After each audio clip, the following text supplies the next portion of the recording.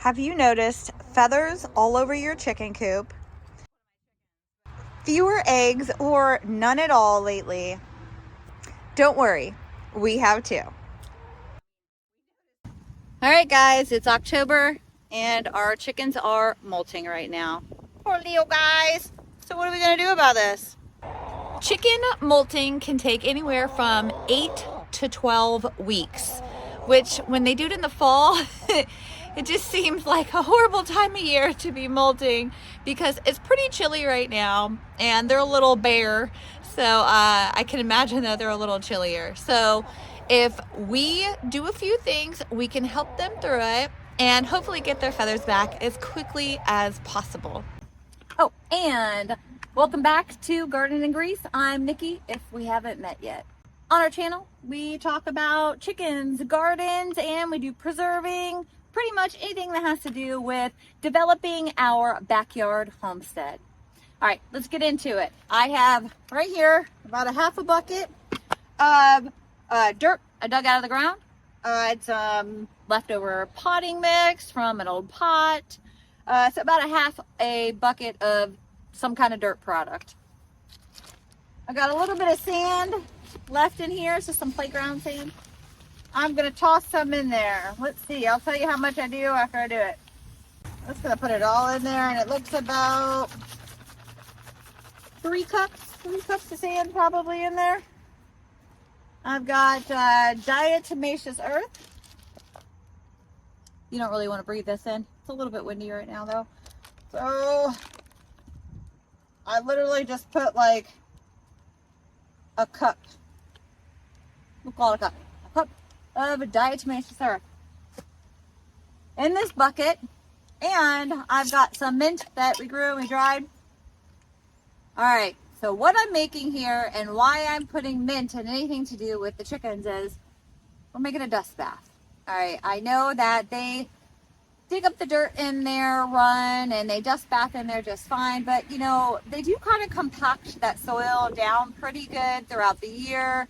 And I want to make sure they have a really good dust bath.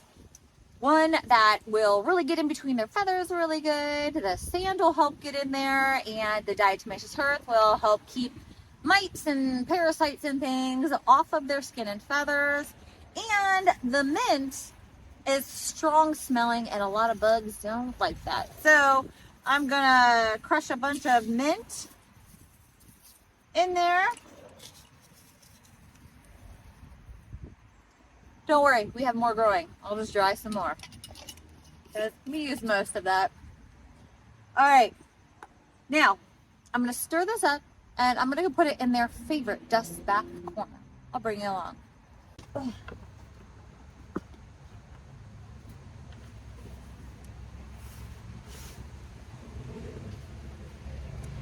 I'm literally just gonna leave it in a pile because they'll have a blast just kind of scratching around because it's new to them, and they'll figure it out. That's where they want to dust bathe. Also, when they're molting, their immune systems are a bit lower and they're a little weaker because their bodies are using all their energy to produce new feathers.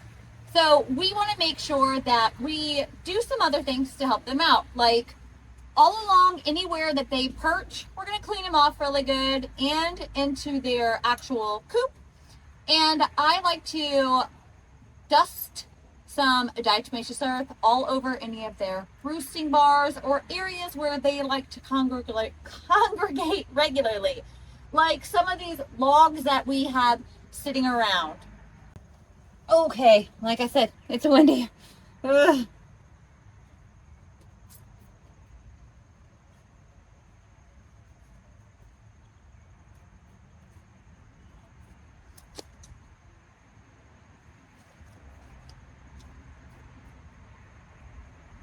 And then some of the cracks and crevices out here, just in case. I also, about once a month, put a couple tablespoons of diatomaceous earth in their big feeder back here. They do consume it and it helps with internal parasites as well. As far as I have read, no scientist, no physician, nothing of the sort. So This is just some entertainment, if that's the way you want to put it. Don't take this as professional medical advice for your chickens. I'm not a veterinarian in any way. All right. Also, if I miss anything in this video that you guys do to help your chickens through the molting process, please put them down in the comments. We are still relatively new. We're only a couple of years into owning chickens, doing the backyard chicken thing. And any advice that you could give us would be helpful, and we will pass it on to all the other viewers. All right, so we need to give them extra protein. So you can give them a higher protein feed, and you can give them snacks like sunflower seeds and mealworms. We're down at the bottom of this bag. I just got a new bag of it. They love the mealworms. That's their, oh, that's their favorite. Here. Come on, Betty. Come over for some snacks. Here. Everybody gets snacks. Yeah, they love them. All of this offers them extra protein, and that's a black soldier fly larva, if I haven't said it so far. And, you know, it does have a nasty stink to it. These are dried. There. And whatever they don't eat out here while they're running around, the wild birds love to eat both of these. I'm going to give them some more pretty much every day, especially while they're molting. I'm going to be feeding them extra snackaroos.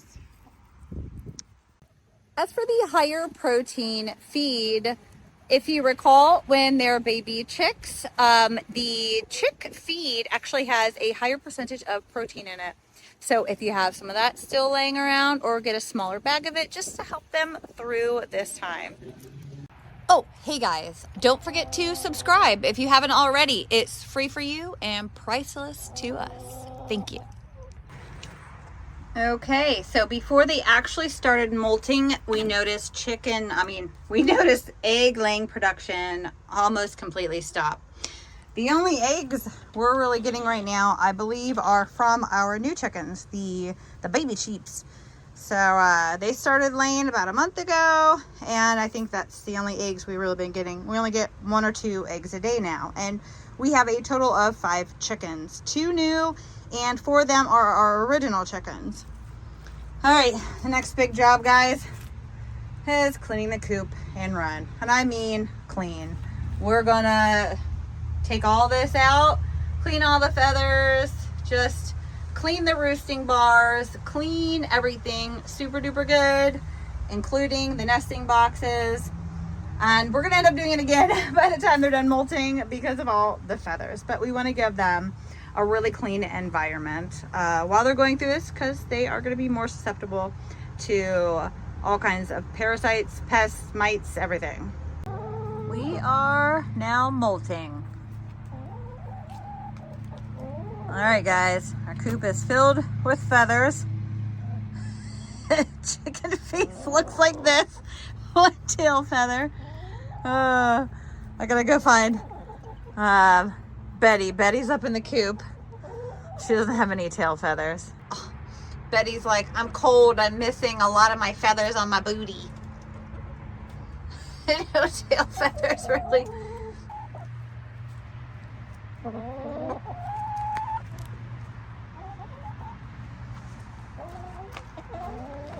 Let me see you. Aw, look at that. We're a couple weeks into this molt, and these girls are they're getting it. But look at the new feathers. Let me get in close. I'm not going to touch you. All right, guys, one thing to keep in mind when they're getting these new feathers in, you don't want to touch them that much. It's a little bit painful for them from what I've read. They don't tell me this in words. But you can see those pretty new feathers coming in here, and they're encased with, I'm sure there's a technical word for it, but you can see it's almost like, feels like a plasticky substance encased as it comes out of their skin. and that comes off, but it can be a little painful when it rubs up against their skin. So we don't touch them unless, you know, we have to. There's not a lot of reason for it because they're kind of taking care of themselves. Oh, Betty, you look like a little chicken. She's one of our biggest, and she looks so tiny right now. Look, those are the littles. Poor Betty. Oh. So the littles, it's their first year of life. They're not molting, and they're happy chickens with all their feathers staying warm.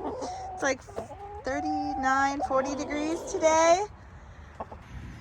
One thing that we do, I don't know that I've read too many people doing this, is we have black walnuts all over our property. And the black walnuts, the juglone that's in it, is said to help with internal parasites if consumed. So we give them the hulls after we process walnuts, which I caught a squirrel. I scared him off in the middle of opening his black walnut, which just that looks like some amazing nut meat in there. I'm gonna set it back down. I'll let him get back to working on that. And got a bunch of hulls in here from walnuts that we processed yesterday. I'm just gonna sprinkle some in there. And they like picking through them because they have all the little maggots and bugs inside of the hulls. So they'll pick through it, and when they pick the bugs out, they end up inadvertently getting some of that juglone in their system, and that's pretty good for them. It's an antifungal and an antimicrobial, and once again, I'm not a doctor. I don't know this to be actual complete fact. I just know what the internet has told me. All right, guys, I hope that this video was helpful, and if nothing else, at least entertaining. Don't forget, if you haven't subscribed yet, please hit that subscribe button and that like button. And don't forget to put in the comments any ideas you have, things that you do to help your chickens through the molting process to help us and all the other viewers. Have a good day, guys.